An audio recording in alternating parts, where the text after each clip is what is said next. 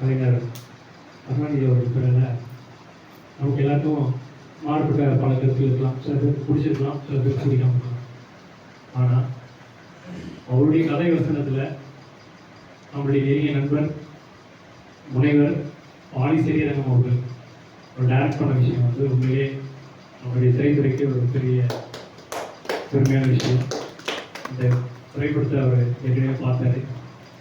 அவருடைய கருத்துக்களையும் வாழ்த்துக்களையும் நிறைவாக வழங்குமாறு என்பதை கேட்டுக்கொள்கிறோம்.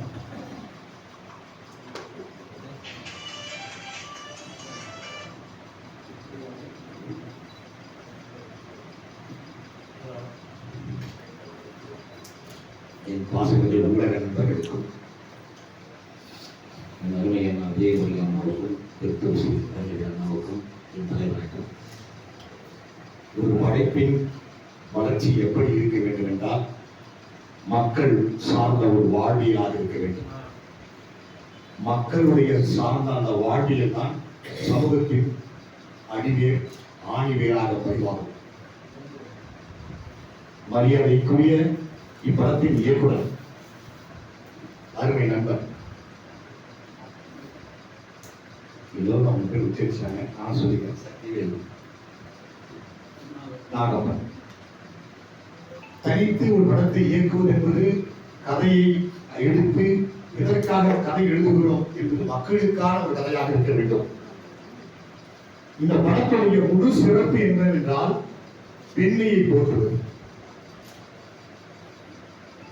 முன்னாள் முதல்வர் ஐயா கலைஞர் அவர்கள் 75 படத்தை இயக்கியிருக்கிறார், என் படத்தை சேர்த்து.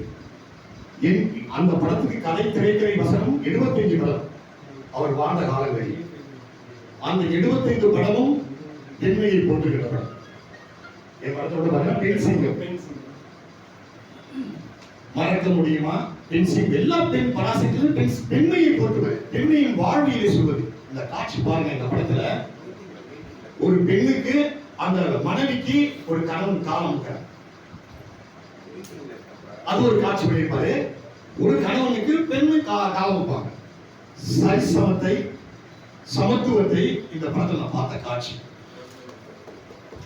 எப்பொழுது உலகம் ஒரு நாள் பெண்ணை போற்றுகிறதோ அப்பொழுது இந்த உலகம் தரந்தமிழ் நிற்கும் என்று வரலாறு சொல்லுகிறது.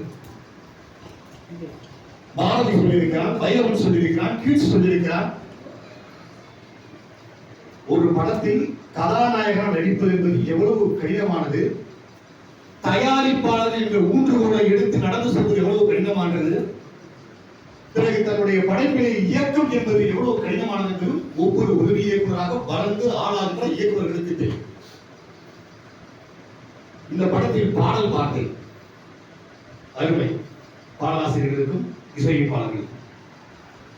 ஒரு படத்திற்கு அத்தனை தூண்களும் தூக்கி நிறுத்தினால்தான் அந்த படத்துடைய வெற்றி. ஊடகங்களும் சேர்த்து.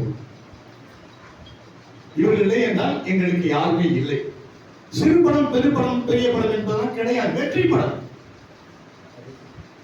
புதிய பாதை ஒரு வெற்றி படம், கேடி கம்பெனி ஒரு வெற்றி படம், இந்தியன் ஒரு வெற்றி படம். அங்க இருக்கின்ற காட்சி அமைப்புக்கு ஏற்ற மாதிரி ஒரு 50 கார் தேவைப்படும், ஒரு ஹெலிகாப்டர் தேவைப்படும். அது பொருளாதார ரீதியாக அந்த படத்தை எடுக்கும். ஒரு கிளி மட்டும் தேவைப்படும் கூண்டுக்குள்ள, குக்கு கத்தோம், அது ஒரு ஷாட், அதை ரசிப்போம். ஒரு மாடு, ஒரு ஆடு இல்லையா, இப்படி படைப்புகள் கூட பார்த்த ஒரு படம் ஒண்டி புரியும் நல்ல பாடல்கள் ஒரு படம். நான் ரொம்ப ரசிச்சேன்.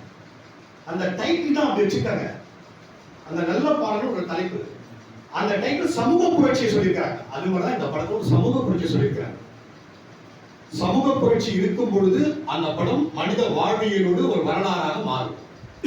நண்பனே, நீ கவலைப்படாதீங்க, இந்த படம் ஒரு வெற்றி படமா அமை.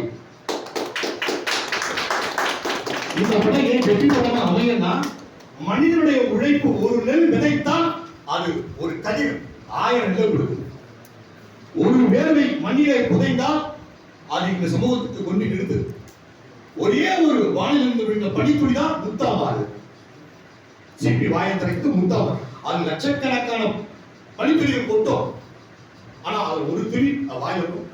அப்படிதான் நம்ம உழைத்து உழைத்து உழைத்து நாம் காட்டுகின்ற படைப்பு கண்டிப்பா நாட்டை எப்படி மகாத்மா காந்தி கையில உலகமுள்ள இந்தியாவுக்குள்ள உலகமெல்லாம் தெரிய ஆரம்பிச்சதோ இப்படைப்பை சரியாக தயவு செய்து திரையரங்கில் நீங்கள் இருந்து சமர்ப்பிச்சீங்கன்னா கஷ்டம்தான். நம்ம கொண்டு போய் நிறுத்துறது கஷ்டம்தான். ஆனா நிறுத்தணும். ஊடக நண்பர்கள் இருக்காங்க, முதல்ல அவங்க நிறுத்துவாங்க, நம்ம பின்னாலே உடச்ச ஈஸியை வச்சு அடைஞ்சிடலாம். இப்படத்துக்கு இந்த ஒளிப்பதிவாளர் நான் அந்த படத்தை பார்த்தேன், ரசிச்சேன். ஒரு ஷாட் வச்சிருப்பாரு, ஃப்ரண்ட்ல அந்த பாத்திரத்தை தீ கொதிக்கும், இந்த வேலியை வச்சிருப்பாரு, போர் பண்ண உட்காந்துருப்போம். ஒரே ஃப்ரேம் தான் அது. அந்த ஒளிப்பதிவாளருடைய கலைஞரை ரசிச்சேன். இசையமைப்பாளர் ரொம்ப அழகா பண்ணிருக்கீங்க தம்பி. இப்படிதான் 7 வருஷம் உருவானாங்க, 7 வருஷம் உருவானாங்க. ஒரு இயக்குனரோடு பரிமாணமாக கூட வளர்ந்துருக்கீங்களா? அது ஒரு கவிஞனுக்கும் ஒரு பாடலாசிரியருக்கும் இசையமைப்பாளர்களுக்கு வெற்றி. இந்த தமிழ் சமுதாயம் தலைமுறை இருக்க வேண்டும் என்றால் என் மரியாதைக்கு ஊடக நட்டங்களை அனைவருக்கும் கேட்டுக்கொள்கிறேன்.